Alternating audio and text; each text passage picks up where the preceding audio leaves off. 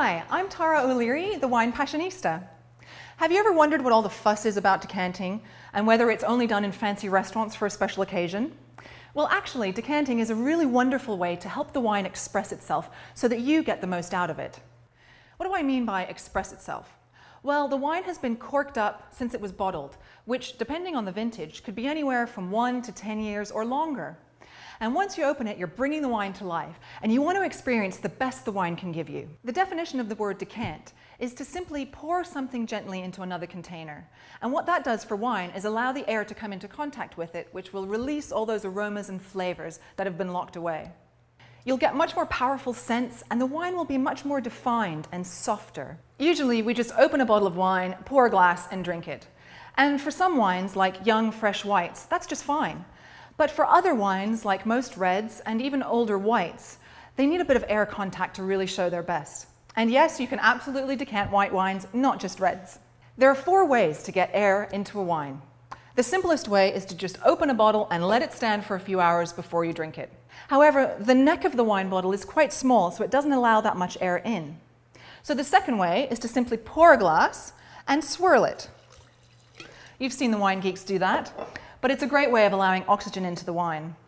So if I take a sniff of this wine now, there's lots of dark fruit and blackberries and just a touch of spice. And if I take a sip,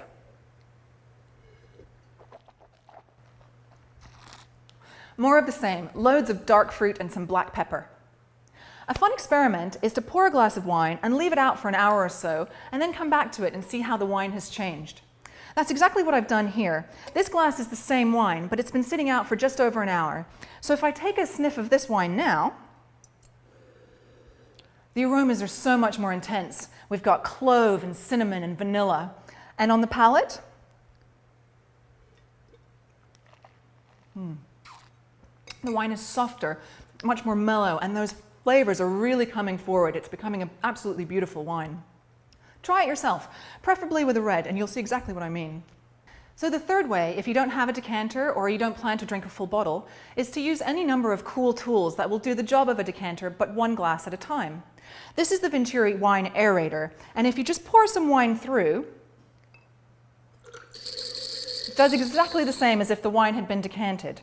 It makes rather rude noises, but the softer wine is definitely worth it. And the fourth way is the real deal, the decanter. Some people will tell you that different shaped decanters will do different things, but really any one of them will do. Even a water pitcher, as long as you can swirl the wine around. So you simply pour the wine into the decanter a couple of hours before you're going to drink it, and every once in a while, give it a good swoosh. Be careful when you're pouring the wine into the decanter, especially if it's an older red, as there might be some sediment at the bottom of the bottle that you want to avoid pouring into the decanter. So there you have it. 4 ways to get the most out of your wine. 1. Open the bottle a few hours before serving. 2. Pour a glass and swirl it around. 3. Use a tool like the Venturi wine aerator. And 4. Decant the wine and give it a good swirl. Decanting doesn't have to be just for dinner parties or special occasions. It can make any occasion special, for the wine and for you. Here's to trying something new, learning something new, and enjoying every glass a whole lot more.